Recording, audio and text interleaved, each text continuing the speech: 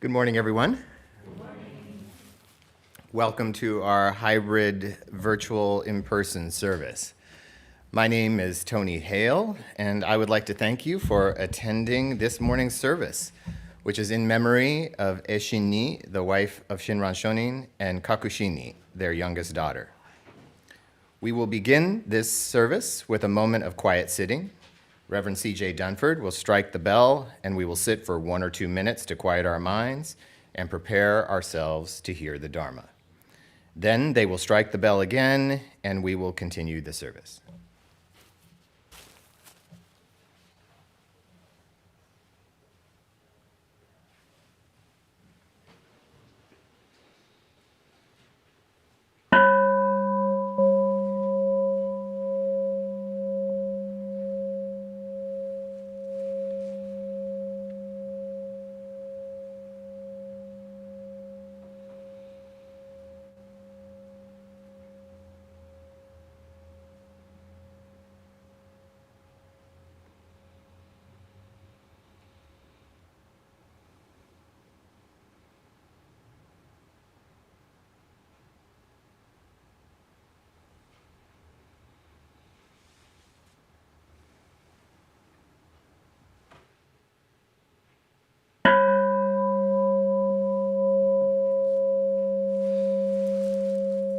Namo Amida Butsu. Namo Amida Butsu. Namo Amida Butsu. Namo Amida Butsu. Namo Amida. Namo Amida. Namo Amida. Namo Amida. Namo Amida.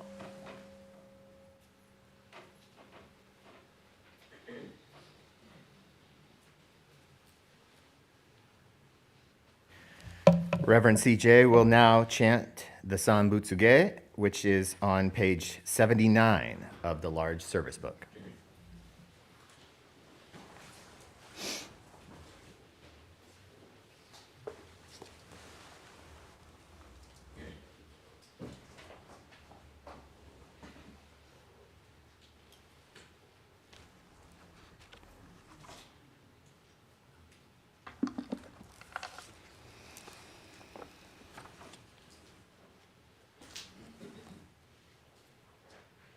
The Gatha Sambutsuge comes from the larger Sutra of Immeasurable Life.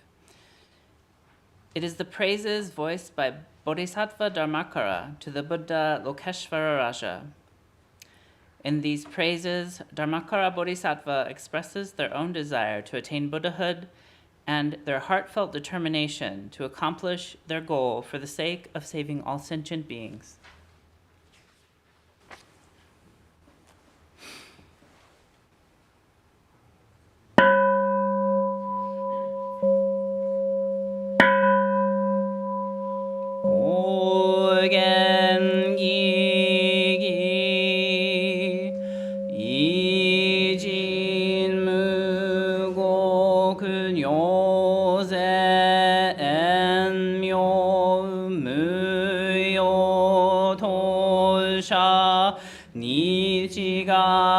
Mani shukoenyo kaishit non pe yunyakuju mokunyorai yogen chosemurin shogakudayon korujipo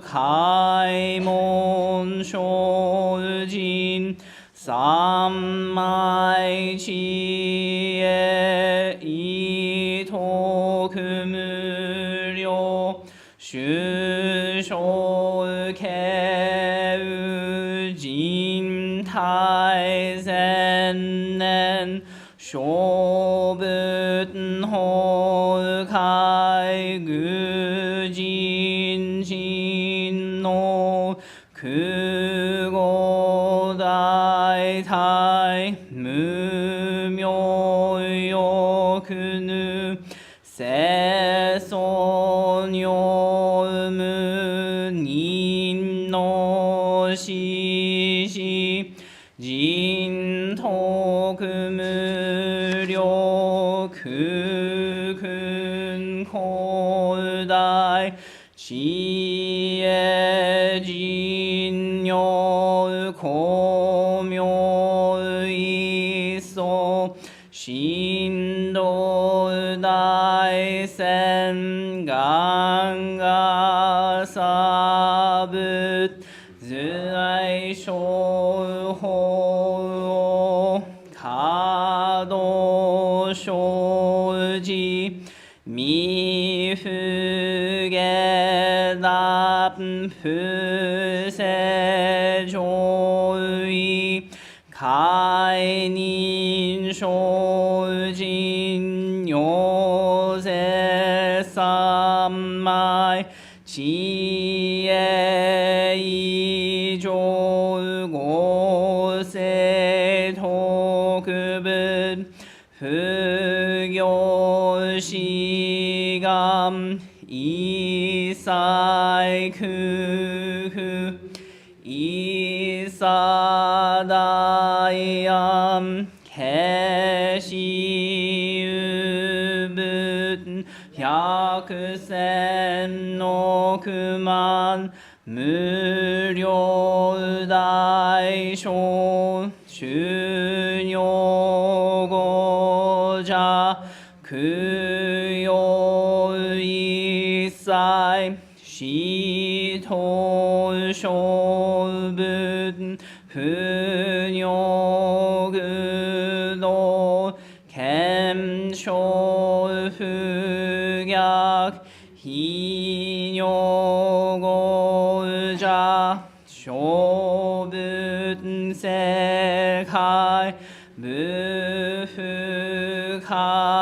影無種節道光明師匠変師匠国如是精進一人難量量が差仏国土第一五種奇妙道場超絶国如内音二無闘争がと愛民道達一切実法来生新熱症状意図が国慶楽安穏公仏神妙是が心象本願の日力少々欲実法生存知恵無下上量子孫知が信行軽量心死食毒中我行精進忍辱 不 敬 Thank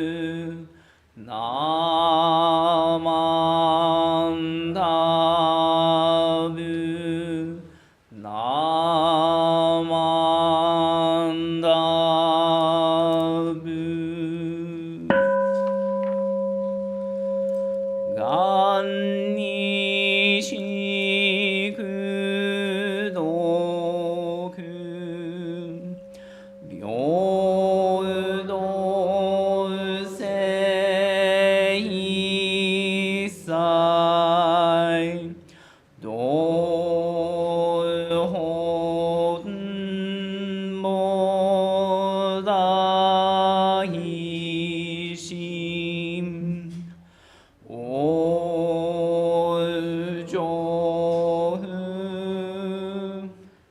안나고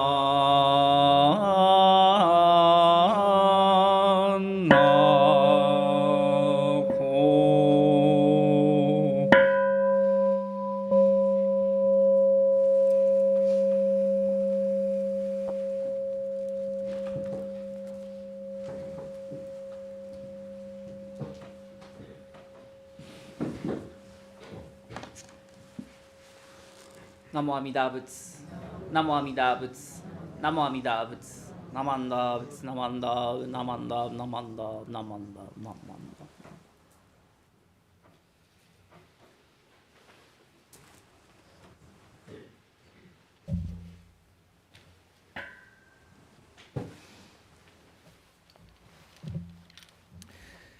Please rise if you are able to follow along with the Gatha Shinran's family, followed by the Gatha Seya. Both are on the handouts. Then please remain standing for the reading of the Golden Chain 2.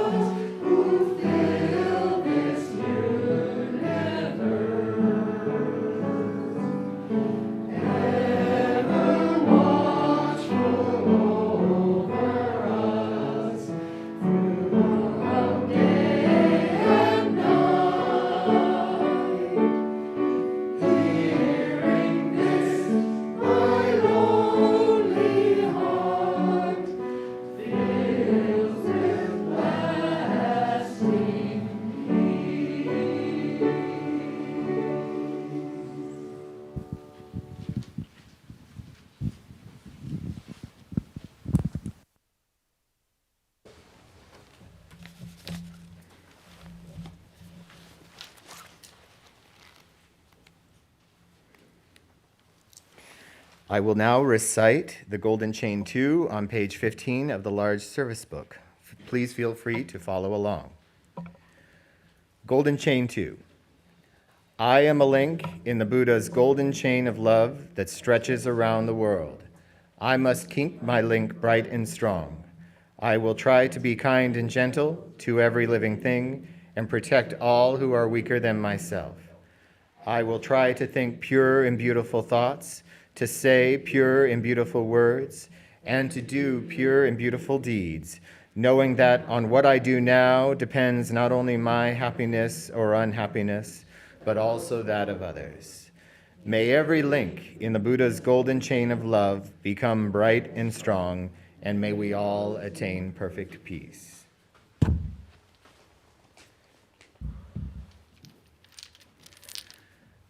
Namo Amida Butsu.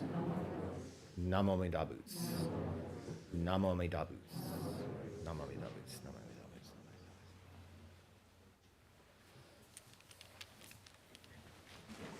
We will now have a children's Dharma message by Reverend CJ.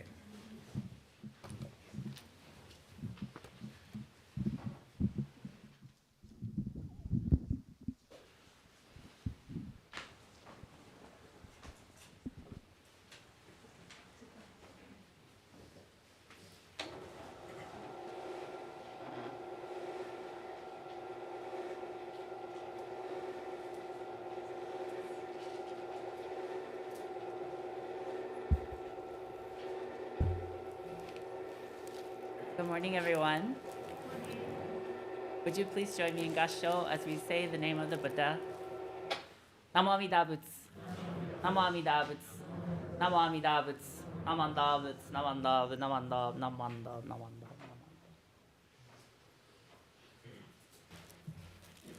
So today is a very special service. You might see this guy here, and I hope everybody knows who that is. But if you're not sure, I have some details on the screen. This is who we consider the founder of our tradition of Jodo Shinshu. But our founder's life, Shinran Shonin, was shaped by Eshini and Kakushinni. And I would argue that they're actually the founders of Jodo Shinshu Buddhism. And today's a special day because we're honoring both of these wonderful women. As I was getting ready for today's service, I saw we had the pictures behind the screen here, but on the screen there, in the changing room of Eshini and Kakushinni. And I thought, oh, this is a memorial service. When we have memorial services, let's bring them out on the Onaijin. I think maybe we did that before. It's been a long time, and Corona is like, our brains are not used to what they used to be used to. But I brought them out, and I also noticed that they were mislabeled. I wouldn't have picked this up if I hadn't made this Dharma message, because they look kind of the same in the picture.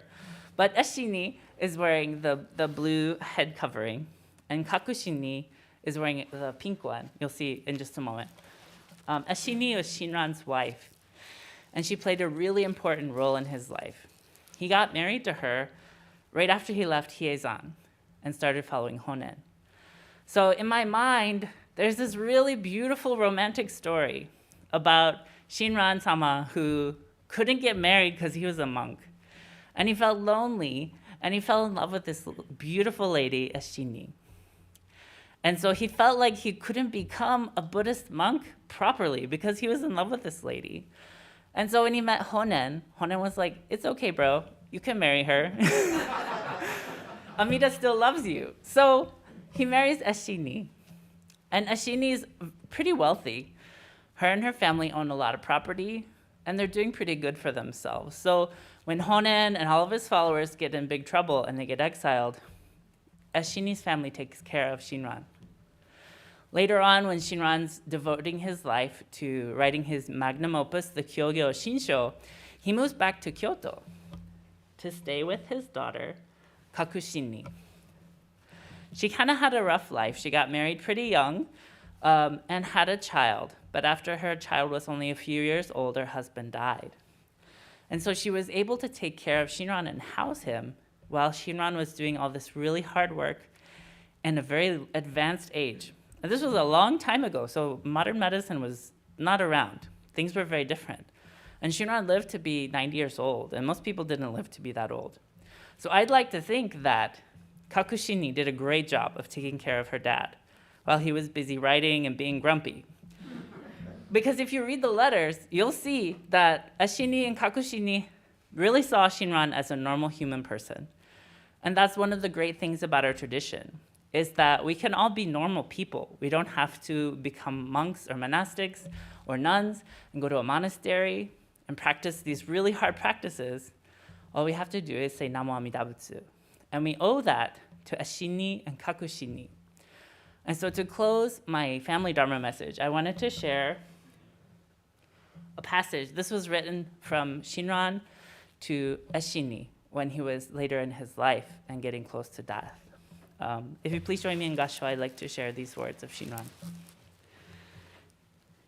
Indeed, how I wish there could be one more time for me to see you and for you to see me while I'm still in this world. I myself will be going to the Pure Land of Paradise soon. There, everything can be seen without any darkness. So be sure to say the Nembutsu and come to the paradise with me. Indeed, when we go to the paradise and meet again, nothing whatsoever will be in darkness. Namo Amida Butsu. Namo Amida Butsu. Namo Amida Butsu. Namo Amida Butsu. Namo Amida Butsu. Namo Amida Butsu. With that, I'd like to conclude my family Dharma message. Thank you very much.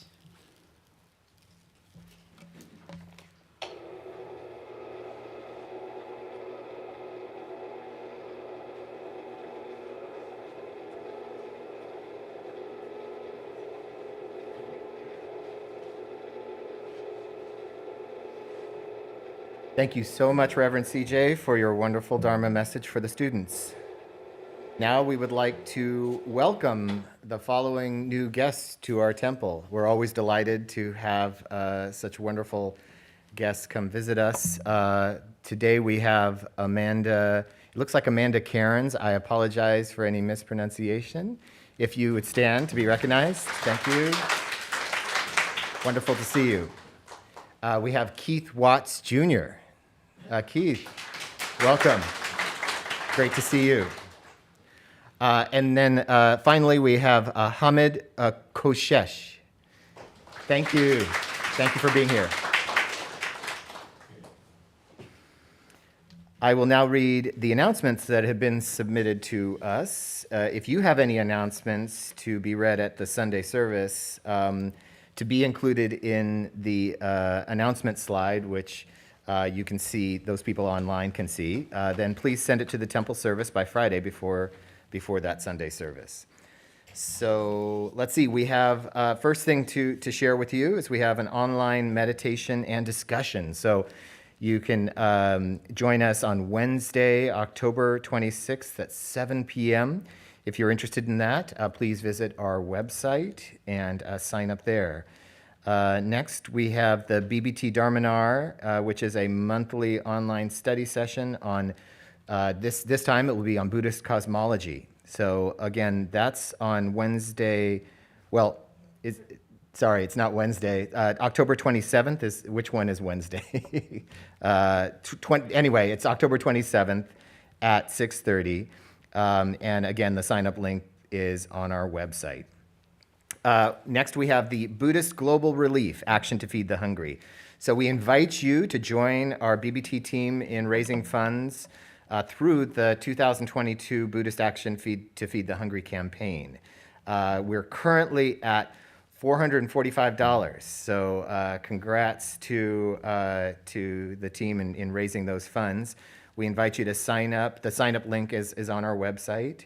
And in connection with that, on Saturday, October 29th at noon, the Buddhist Global Relief will host an online Dharma gathering called Creating a More Compassionate World.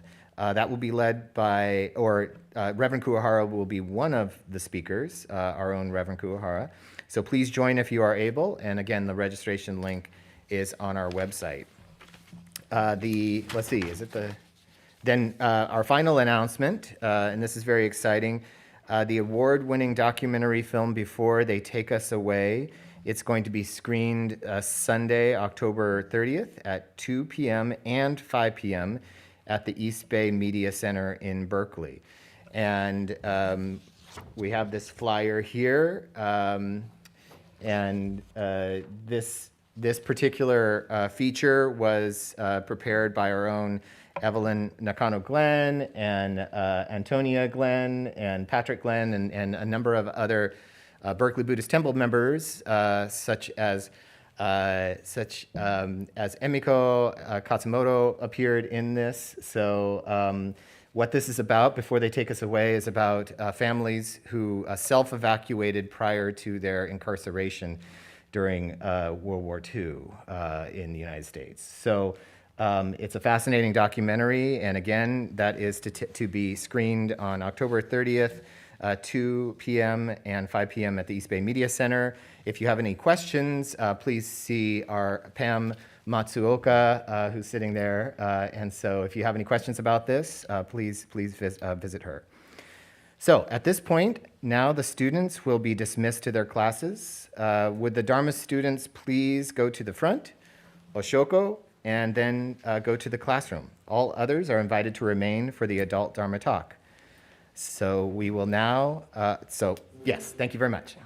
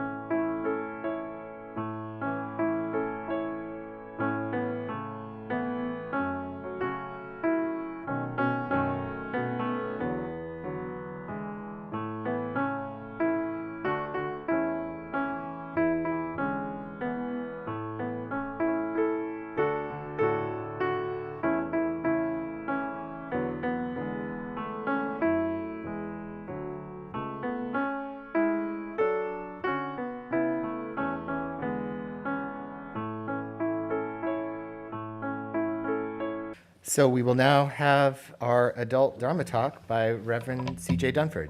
Thank you.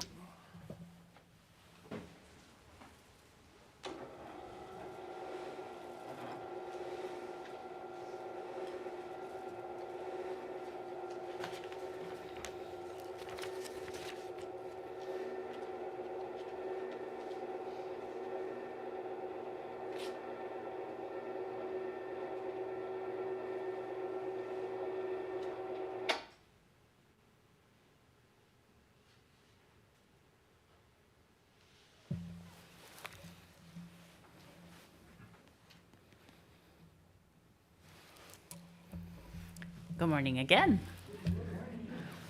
As I said before, today is a very special service, and I wanted to share a little bit more about Eshini and Kakushini. Normally in the Shin Buddhist lineage, the words that we share at the beginning of the service, called the Gosandai, come from Master Shinran, one of the 7 masters, or from one of the 3 Pure Land Sutras.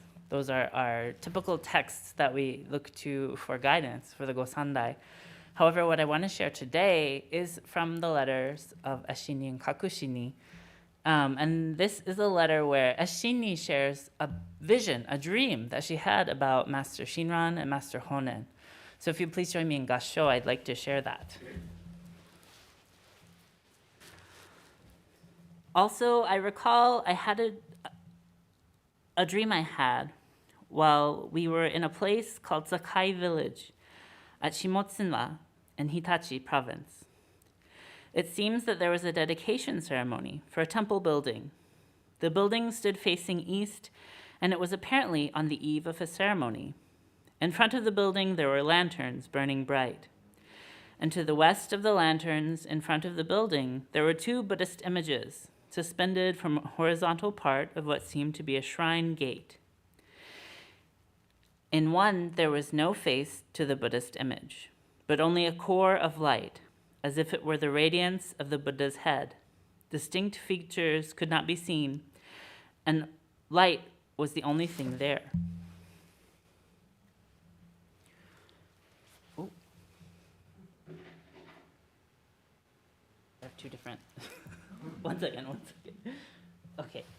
In the other, there was a distinct face to the Buddhist image. I asked what the Buddhist images there were, and the person who answered, I have no recollection of who this person was, said, the one that is only light is none other than Master Honen. He is the Bodhisattva Seishi. When I asked who the other one was, he said, that is the Bodhisattva Kannon. That is none other than the priest Zenshin, or Shinran. Upon hearing this, I was shocked out of my sleep, and I realized that it had been a dream. I have heard that such things are not to be spoken to other people, for they may not think such things spoken by this nun, Ashini, to be true. Therefore, I've remained silent, not telling other people about this. He said, among dreams, there are many types, but this dream must be true. There are many other instances of dreams in which people have seen Master Honen in one place or another as a manifestation of Bodhisattva Seishi. The Bodhisattva Seishi is the ultimate in wisdom, so he appeared simply as light. I did not say anything about my husband being Kannon, but in my own mind, I never looked upon him from that time forward in an ordinary way. Namo Amida Butsu. Namo Amida Butsu. Namo Amida Butsu. Namo Amida Butsu. Namo Amida Butsu. Namo Amida Butsu.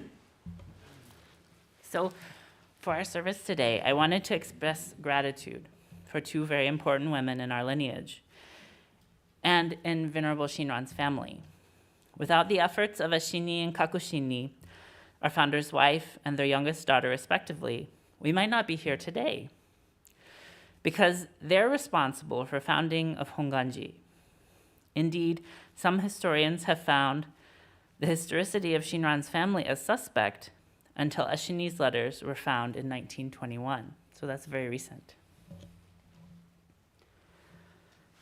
Ashini lived from 1182 to 1268 CE in Japan. For a long time, her life was generally quite mysterious. Scholars even thought that her existence might be legendary until the 1921 discovery of a set of her letters. These letters were written in the last 15 years of her life to her daughter Kakushini, who lived in Kyoto with Shinran at that time. These letters provide insight into the everyday tedium and religiosity of Ashini and Kakushini and Master Shinran as examples of what was going on in the early exclusive Pure Land movements in Kamakura, Japan. According to a letter from Kakunyo, who is another descendant of Venerable Shinran, an important Jodo Shinshu figure, Ashini bore 6 children. She lived much of her life in Kyoto, was well educated, and was an aristocrat. it's very likely that her family extended to provincial rulers in Echigo. Prior to leaving Hiezan, Venerable Shinran had a vision while practicing walking Nembutsu meditation. Venerable Shinran dreamt that Bodhisattva Kannon, or Avalokiteshvara, appeared to him and promised to take the form of a human and care for him for the rest of his life. Shinran saw Eshini as this manifestation of Kannon. They were likely married around this time when Honen, Shinran, and many of Honen's other followers were exiled. Being exiled in Echigo, where Eshini's family held strong influence, would have likely greatly eased this difficulty for the exile of Master Shinran. After living in Echigo for several years, they moved to Kanto, or eastern Japan near what is now called Tokyo, and eventually gave birth to Kakushini. It's generally thought that Eshini's family ties in Echigo and Kanto provided a lot of support to their family at this time. As we read the selection from one of her letters, Eshini began to see Shinran as a manifestation of Bodhisattva Kannon as well. So the two envisioned one another as manifestations of the Bodhisattva of mercy and compassion. From the letters between Eshini and Kakushini, we have learned that Eshini and Master Shinran shared a special and deep relationship that included a similar belief system and religious convictions regarding the Nembutsu path and universal salvation directed towards normal sentient beings from Amida Buddha. Though the last few decades of their lives were apart, with Eshini overseeing and administrating business in Echigo with her family, and Master Shinran working to complete his exegesis of the Pure Land teachings in Kyoto, living with Kakushini, we generally know that they still cared deeply for one another.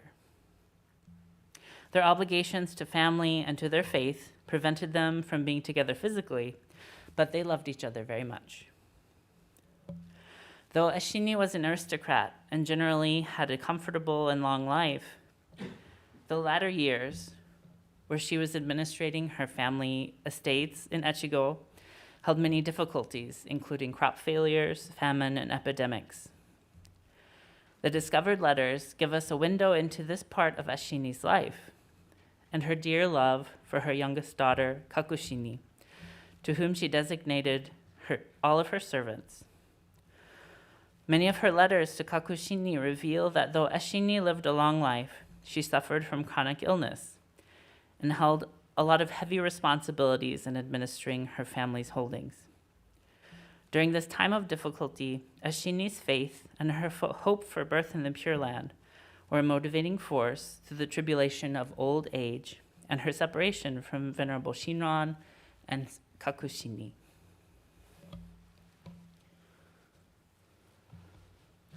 Kakushini, who lived from 1224 to 1283, married one of Shinran's followers, and after the family moved back to Kyoto from Kanto, she and her husband, Hino Hinotsuna, had a son together, but her husband died only 7 years after their son's birth.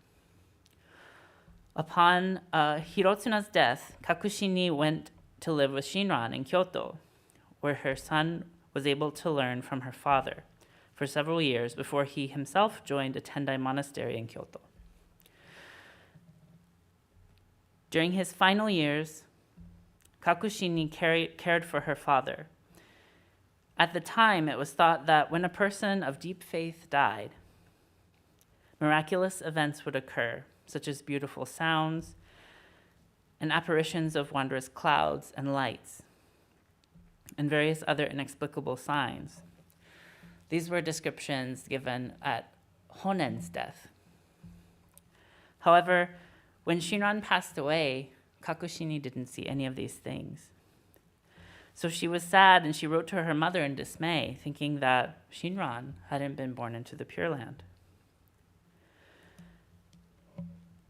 Eshini responded to Kakushini's sad letter by saying, "Let me assure you that I read your letter, above all concerning the birth of my husband, Venerable Shinran, in the Pure Land. Nothing whatsoever needs to be said anew. Ashini followed this statement by describing Shinran's conversion experience, where he was serving as a hall priest in Rokakudo. He was urged by a manifestation of Prince Shotoku to leave Hiesan and seek out Master Honen and learn from him to find liberation from samsara. She also describes the miraculous dream that she had that I shared with you at the beginning of this talk, where Honen and Shinran appeared as bright lights in the temple. In this dream, Honen and Shinran are explained to Ashini as manifestations of bodhisattvas, Seishi of wisdom, and Kannon of compassion, respectively. Ashini treats these explanations of her deeply held personal religious experiences with Shinran to her daughter as incontrovertible evidence that Shinran was indeed born in the Pure Land of Bliss at the time of his death. And this helped Kakushini to feel better about her relationship to her father and her own faith in the Pure Land teachings.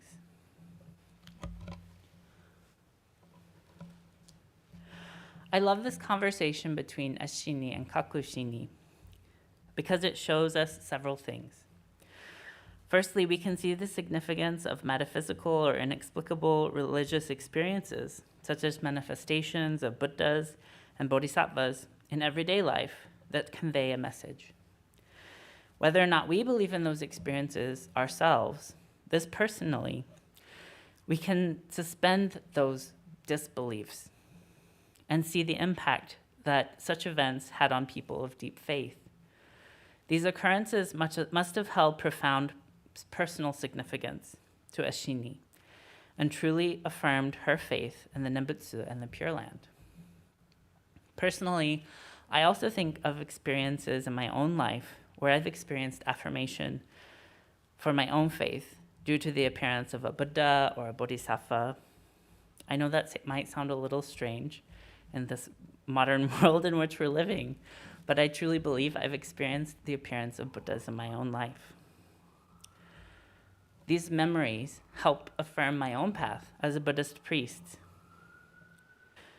And I wonder how many of us, if we reflect deeply, can think of times in our own lives, perhaps like Kakushini, where we might not have recognized bodhisattvas at first because there aren't any bright lights or miraculous signs. But just like Shinran, these people have been in our lives guiding us throughout our existence in this world. Maybe we just don't recognize it at the time. Another thing that this exchange between Ashini and Kakushini reveals to me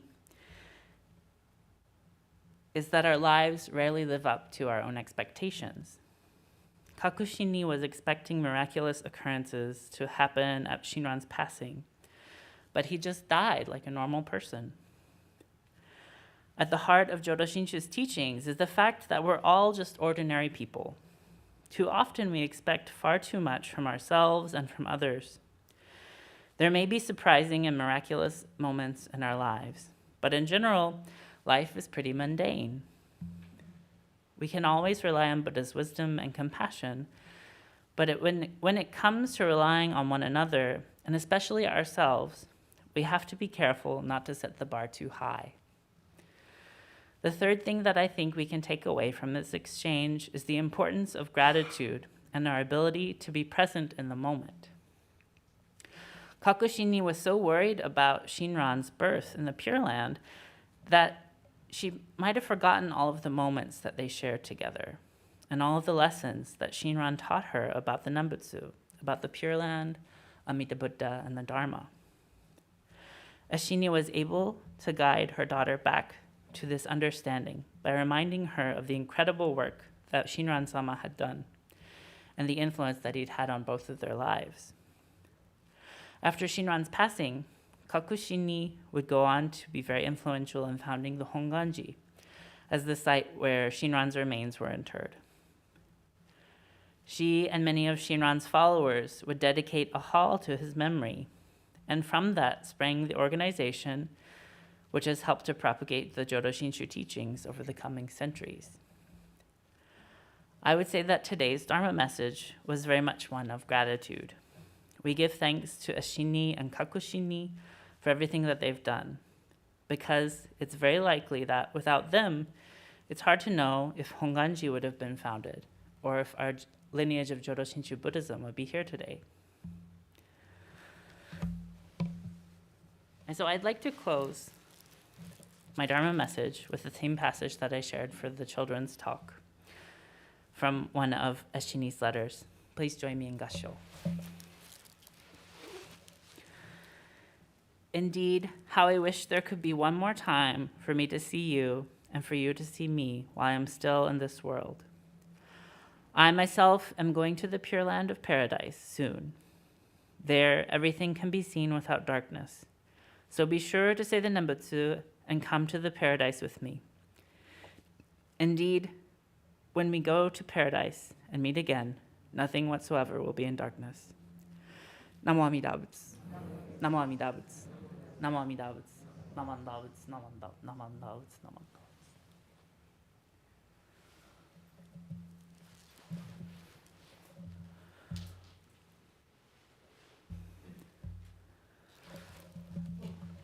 Okay. I'd like to thank everyone for coming to today's service. Thank you, Tony, for being our chairperson today. Thank you very much. Thank you to Bradley, Myron, and Ramer for their help during today's live streaming service. Thanks all. Thank you to Ryan for monitoring the chat room on our YouTube channel. Thank you, Ryan. Thank you to Emiko, Di, and the Sangha singers for the beautiful gathas. And thank you to the October Toban for preparing refreshments. And this concludes today's service. Thank you to everyone who joined us in person or virtually, and we'll hope to see you next Sunday.